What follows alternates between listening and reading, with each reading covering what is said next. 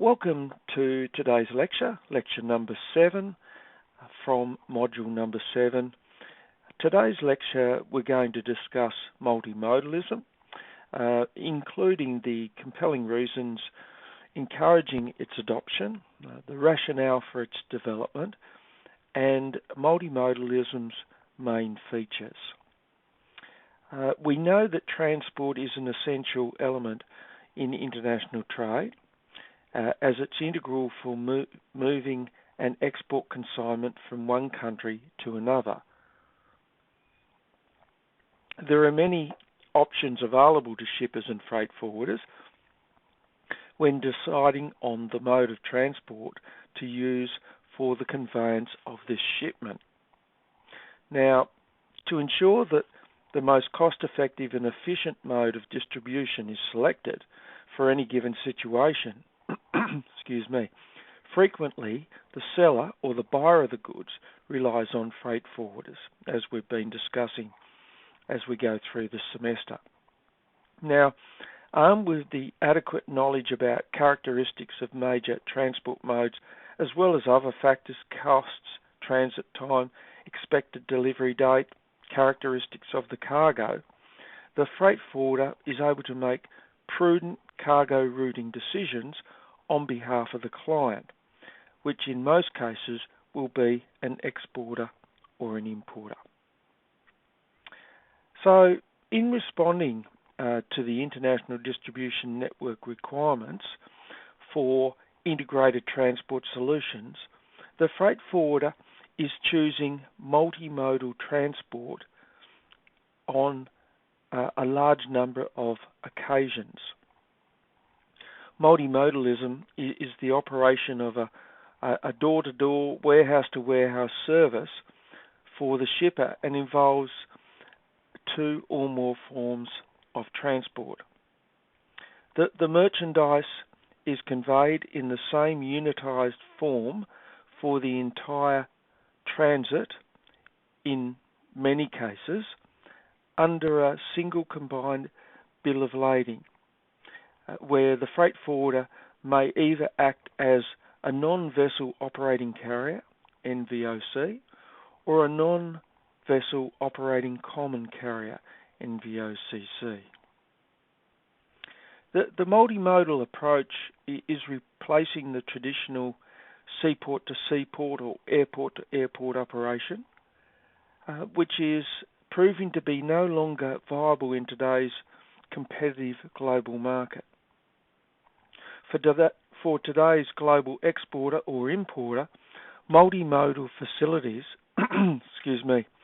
offer low-cost global distribution coupled with a fast transit in dedicated services, and has the benefit of bringing markets close together and bridging the gap between rich and poor nations.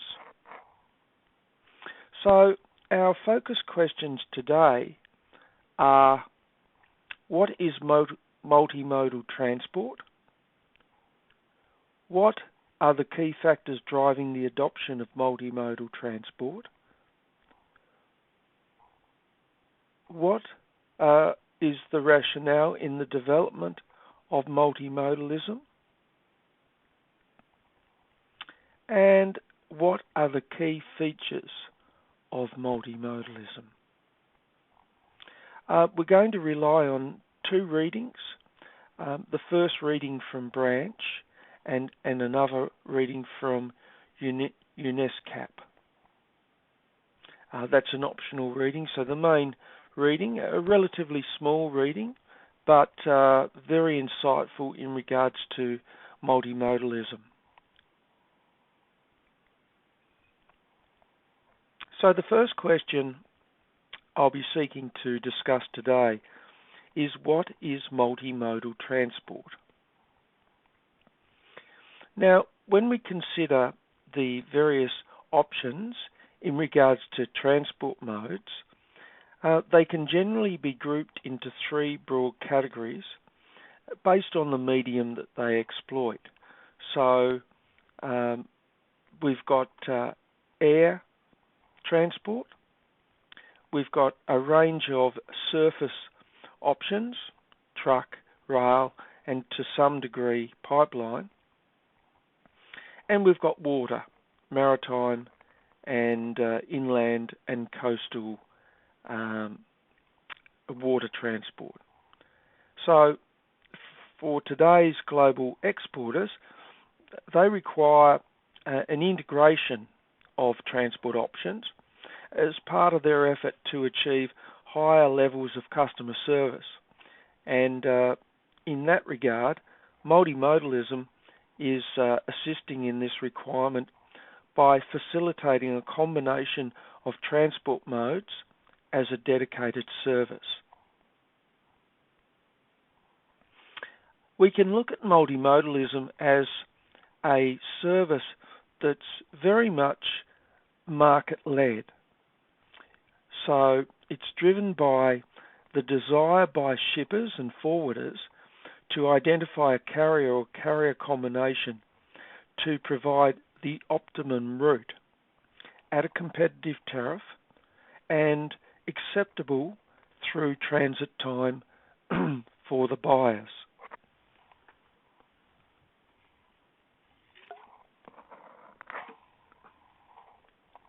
Now, to that end, the global exporter or importer has got a number of expectations around the solutions.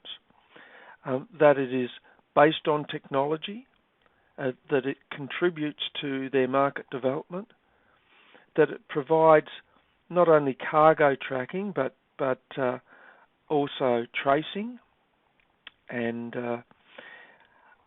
also that most of these communications are paperless, based on a paperless trading information system. Also extending to some software applications that can facilitate electronic data interchange. It also will provide or simplify documentation and provide a common code of carriers' liability. And in many ways, multimodalism fits that bill quite nicely. So let's have a look at a couple of definitions. The first definition is from the UN Multimodal Convention. And they state that the carriage of goods by at least two different modes of transport on the basis of a multimodal transport contract from a place in one country at which the goods are taken in charge by the multimodal transport operator to a place designated for delivery situated in a different country.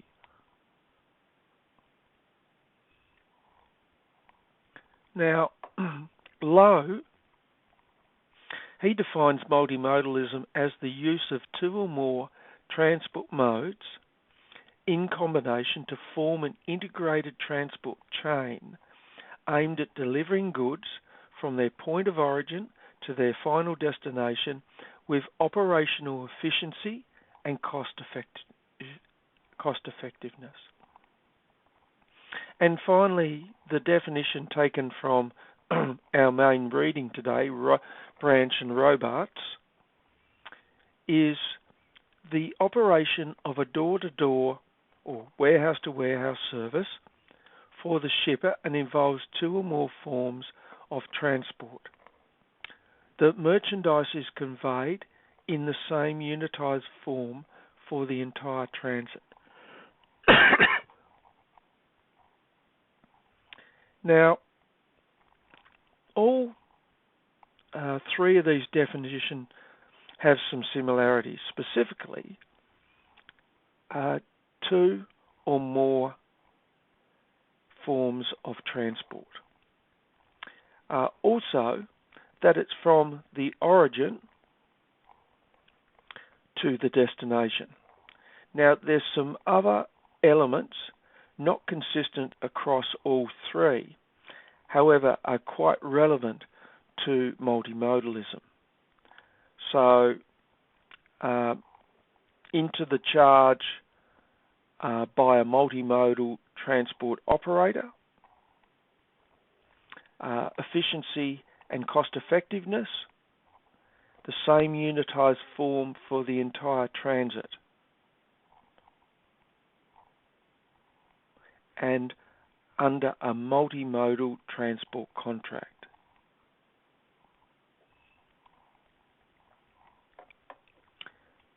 Now, this brings us to an interesting and often debated issue, if you like, about the similarities or differences between multimodal or intermodal. Just depending, there's a number of academics and authors and analysts have got their view in the terminology used for that movement of goods. The general approach to this debate is that they can be viewed as interchangeable. But for the record, my view is that intermodal transport is simply a type of multimodalism that refers to the movement of cargo in the same unitized form for the entire journey, which is the case that can happen under multimodalism and may require, however, and this is, I guess, the subtle difference between the two, intermodal may require a number of shipping documents to be issued for a single journey, rather, or in some cases, a single combined bill of lading, which is the key feature of multimodal shipments. So, if we can summarise the aspects of multimodal transport as the carriage of goods by two or more modes of transport, intermodal or combined, under one contract, one document, and one responsible party. A multimodal transport operator is a common term for this, for the entire carriage.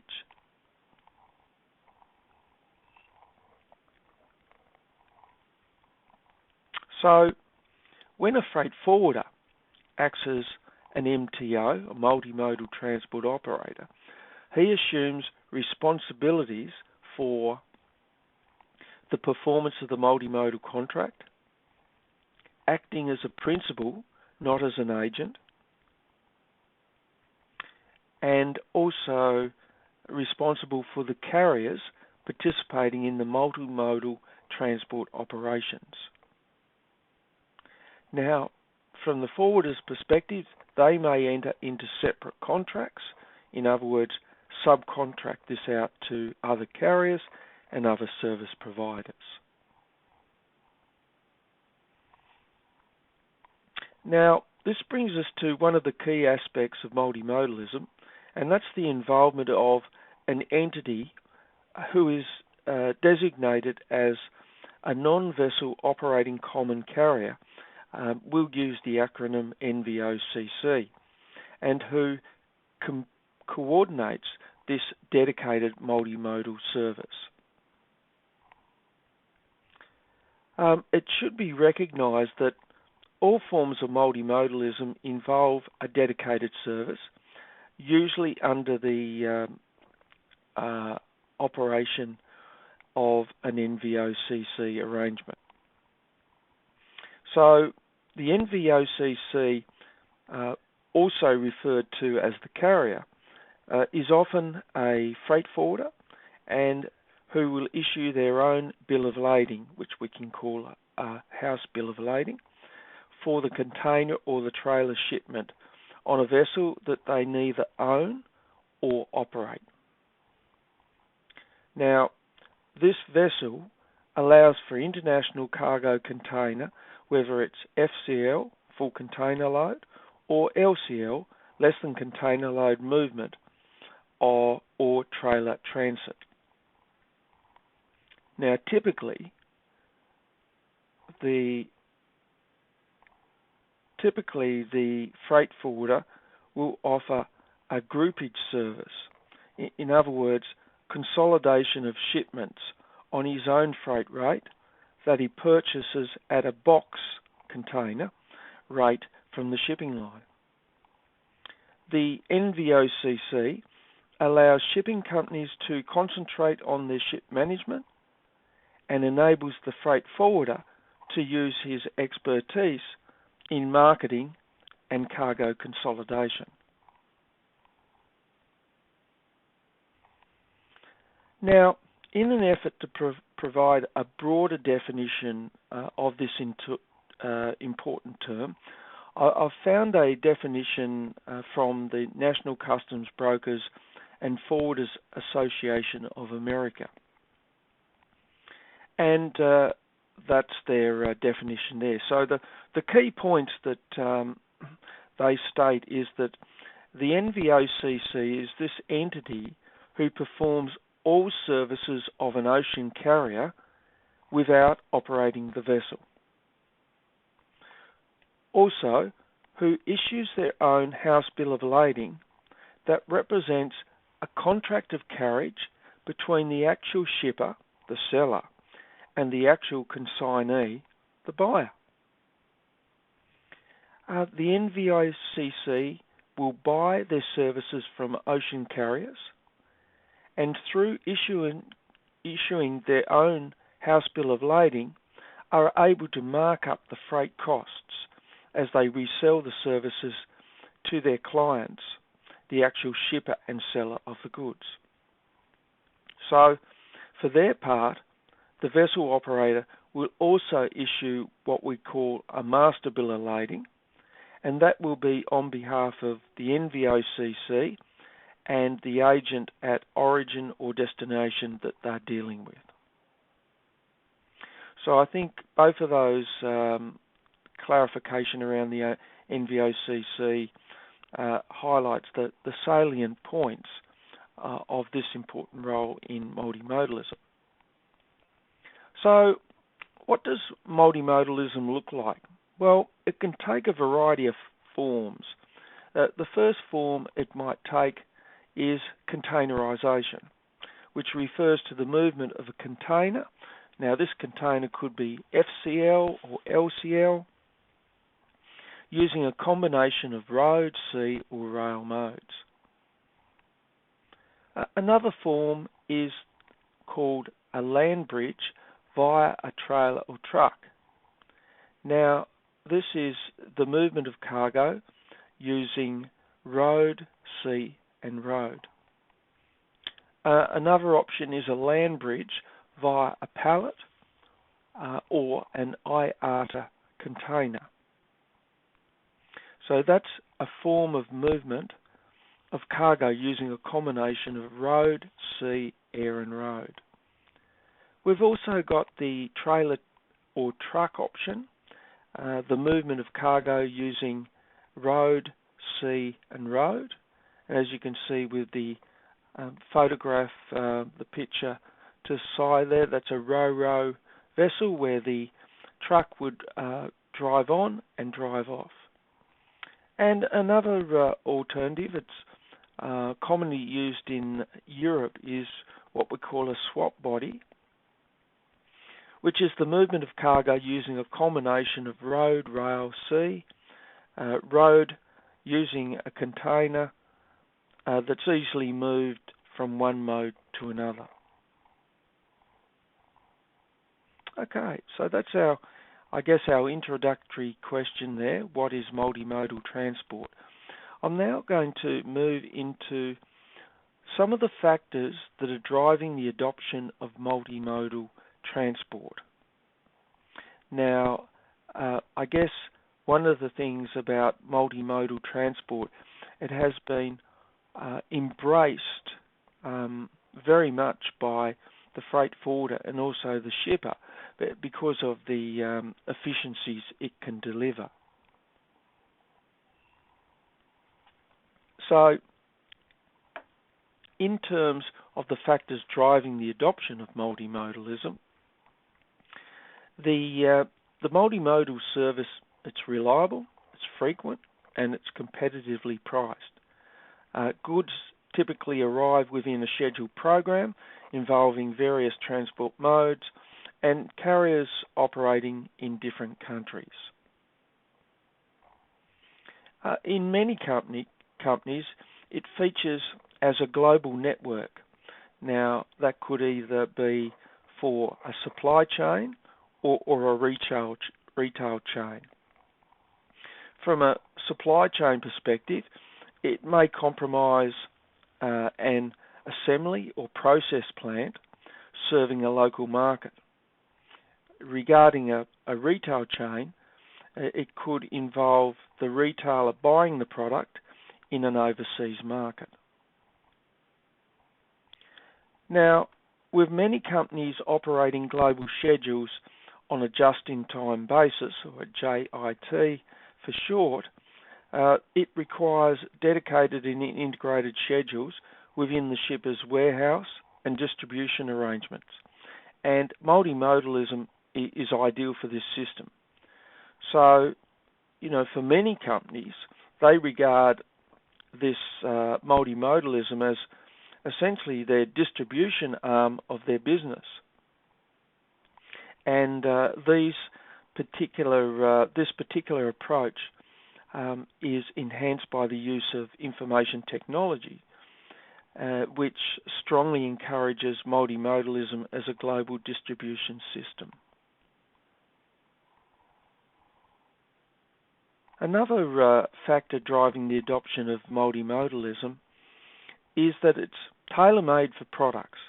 So it serves it well with high-tech purpose-built facilitating equipment and provides more than adequate protection to the goods, ultimately leading to its arrival of the products in an excellent condition.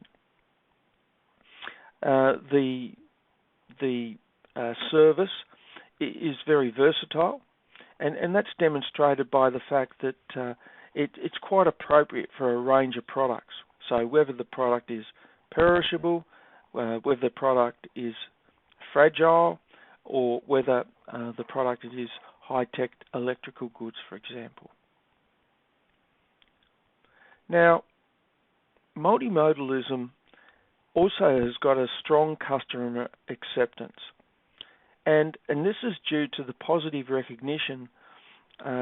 Its positive recognition can benefit the seller in sales negotiations, and more generally in the marketing and promotion of a company's business.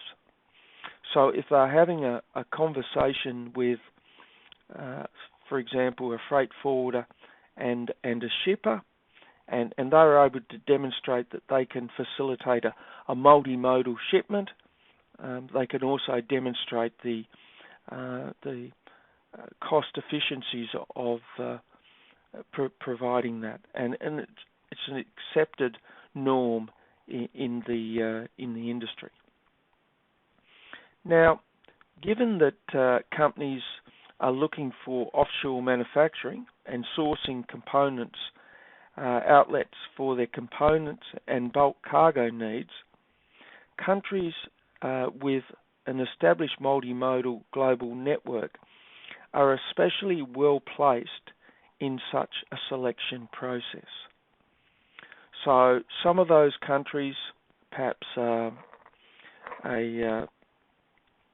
developing country, is probably in some ways, a disadvantage in regard to multimodalism because they don't have the infrastructure in place.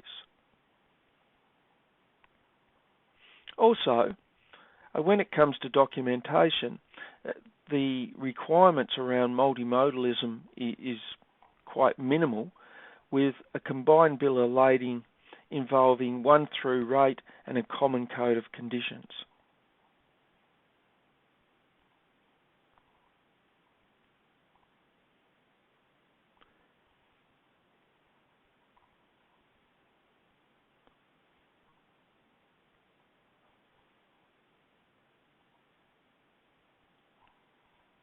Now, companies are also focusing their efforts on international distribution as an important element of their business, to such a way that many are now separating out the international distribution from the manufacturer's supply into two profit centres as a way of increasing the focus on the profitability of their business, and also demonstrating the fact that the multimodal form of movement of goods is benefiting them financially in terms of profitability.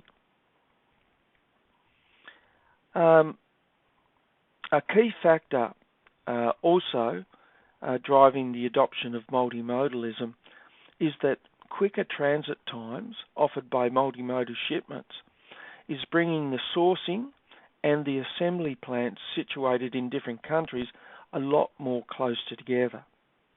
So as a result, it's reducing the amount of capital tied up in transport, which in turn reduces the company's requirements for working capital, and working capital is a critical factor for an international enterprise.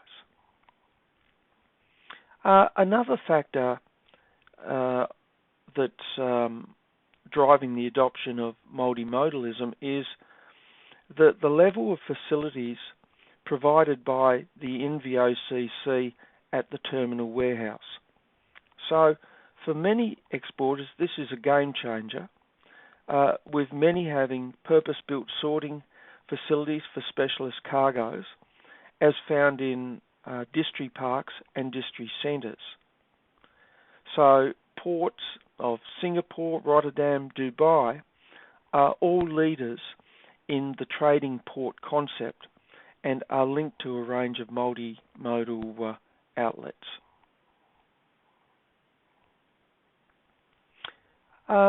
Okay, so the next focus question I want to talk about is the rationale in the development of multimodalism.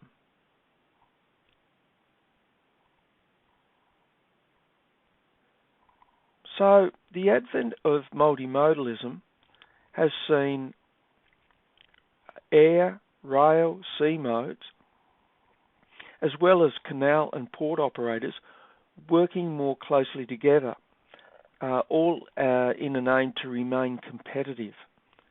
So, for example, a sea-air bridge from Japan via Dubai to Europe might look something like this. And that's an example of this idea of a multimodal shipment. There are other examples. You could go from Japan across the Pacific to North America, the west coast of North America, and by sea, and then you could pick up either road or truck to the east coast of America. Also, many governments are encouraging a global trade strategy for its industries, and it's also providing facilities to realise this objective. And this is happening quite a lot in the growing economies of China and India, who are both following this particular strategy. China in particular, with its One Belt, One Road program to connect Asia with Africa and Europe via land and maritime networks, has the aim of improving regional integration, increasing trade and stimulating economic growth. So it's well that the initiative itself is well supported by governments. The development of district parks, district centres and free trade zones is also continuing to grow. So, for example, in the last year, it was announced that China is expanding its pilot free trade zones by 6 new provinces across the country. And that's going to raise the number of free trade zones in China from 12 to 18. Now, strategically, the new trade zones announced by China are all located along the coast or in border regions with other countries. And the rationale here is that they've got the potential to serve as major gateways for trade and investment flows with Russia, Japan, South Korea, and Vietnam. Now, in support of this idea of multimodalism, documentation involving the carrier's liability and code of practice has been supported by the International Chamber of Commerce and other international bodies.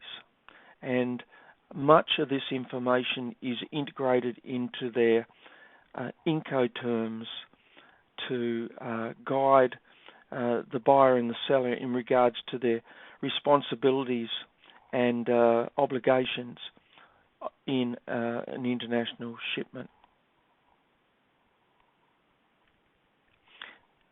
Another rationale in the development of multimodal transport is that world markets are rapidly changing, with Asia now the fastest growing market, and locations like Singapore are already an established industrial zone, and many companies in that region are now using multimodal options in their global distribution systems.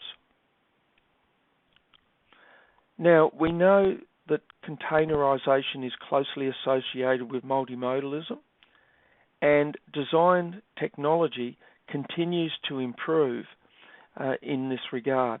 So, as the market is shifting from being product-driven to being market-driven, that the shipper is now the dominant factor when it comes to new container design and development.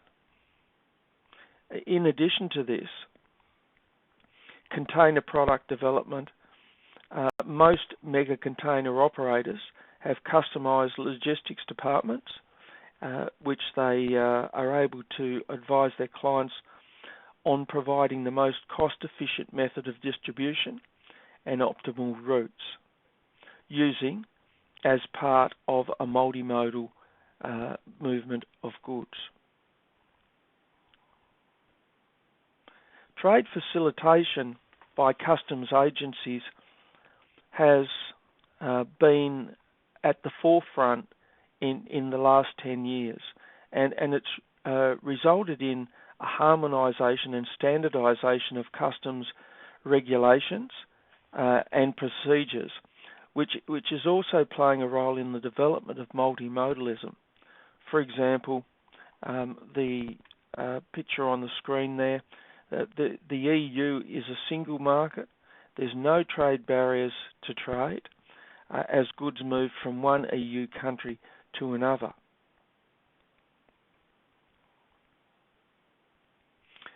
We should also know that fast-moving consumer good markets require high speed to avoid the risk of obsolescence to the retailer due to its relatively short sales cycles, particularly fashion goods.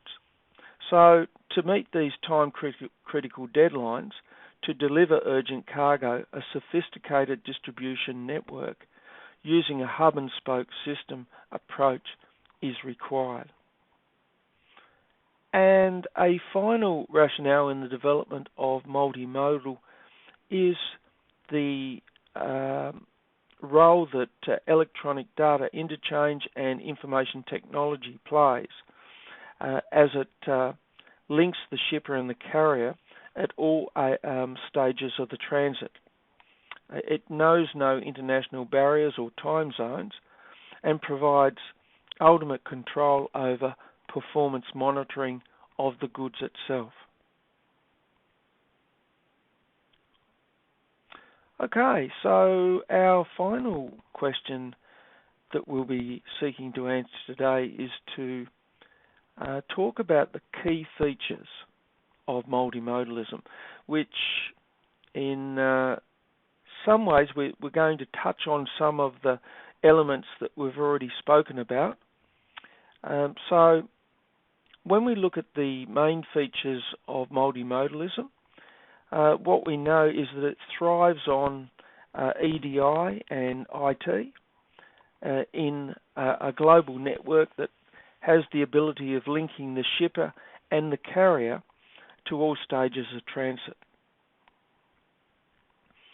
It also provides a dedicated service. So each operator or carrier is committed to a combined schedule. It also operates under NVOCC or NVOC arrangements. As we discussed earlier, the freight forwarder is often the principal in that regard.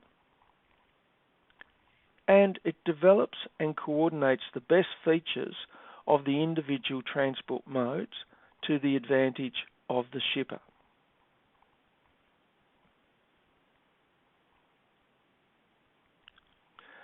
It is also a efficient utilisation of multimodal facilities, and it permits a competitive door-to-door or warehouse-to-warehouse through rate to be offered, thus exploiting economies of scale. It also encourages shippers to pre-book shipments, cubic capacity months in advance, which aids good planning and ensuring ready access available to multimodal resources as required. Now that's going to benefit everybody in the supply chain, particularly the freight forwarder. They're able to build that into their pre-planning with pre-shipment advice. Another feature of multimodalism is increasing numbers of operators providing customized service to clients. Now, that has the benefit of encouraging closer cooperation between the shipper and the operator, and ensures a commitment to the market, not only from the user of the service, but also the provider of the multimodal network. Now, multimodalism brings together the buyer and seller closer and enables international business to flow unimpeded in a spirit of common ideals, if you like. So the multimodal system is in many ways an extension of the factory supply chain and features in a manufacturer's plans for their international business. What we can see from this is a continuous monitoring of packaging, transit times, documentation, stowage, transport capacity, has the outcome of raising the levels of efficiency and further exploiting the levels of competitiveness. This has the advantage to both the exporter and also the importer. Another feature of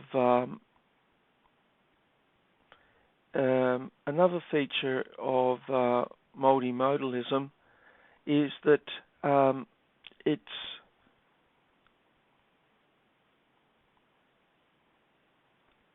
also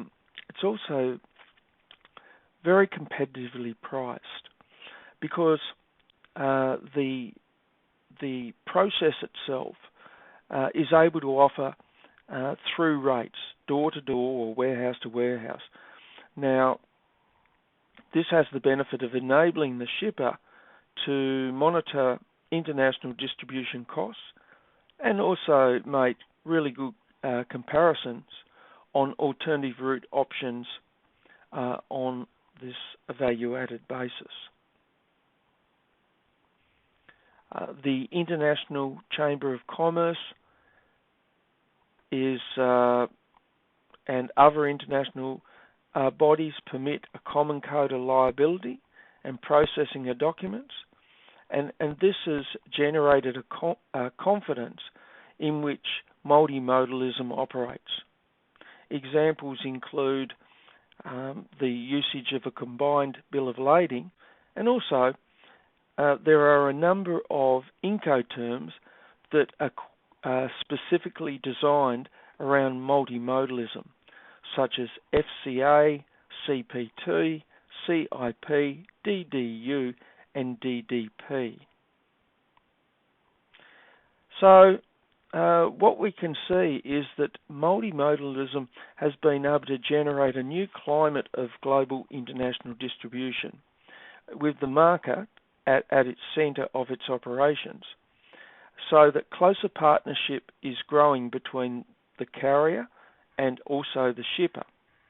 One area of focus is to maintain schedules, which is really important to all parties involved in an international shipment, and also further improve them to reduce the time, capital and goods, the time that capital and goods are in transit, and also to speed up the distribution network. These moves ultimately improve added value and provide greater profit and better service to the importer. So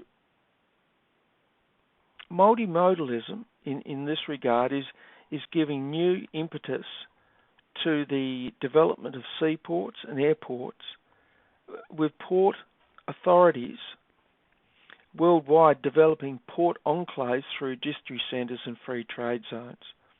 So ship owners are also commissioning larger container vessels in response to this growth in the one-stop port operation, using this hub and spoke system, which ultimately seeks to improve the overall transit time. Okay, so multimodalism in summary is, as we have said before, it's closely aligned to containerization, with a transit system extending beyond the port-to-port journey to land transport and other facilities. Multimodalism involves an integration of all transit modes, requiring coordination of all the carriers to provide a dedicated through service. Very importantly, multimodalism meets the objective of shippers and forwarders who look to the carrier to provide the ultimate route for their buyers at a competitive tariff and acceptable through transit time. It's market-led, so it's directed on the shipper through the delivery of a service that's reliable, frequent, and competitively priced freight delivery option. And finally, it expands the range of services offered by freight forwarders, which could include things such as stock administration, order processing, assembly, modification, packing, national and international distribution, and preparation of customs documents and other associated certification. So, in many ways, that range of services that are often offered by a third-party logistics operator. So, that concludes our lecture today. So we've made an effort to provide more detail around what is multimodal transport, what the factors are driving its adoption, what the key factors in the development of multimodalism, what are the key features of multimodalism. Thank you for your time, and we will see you next week.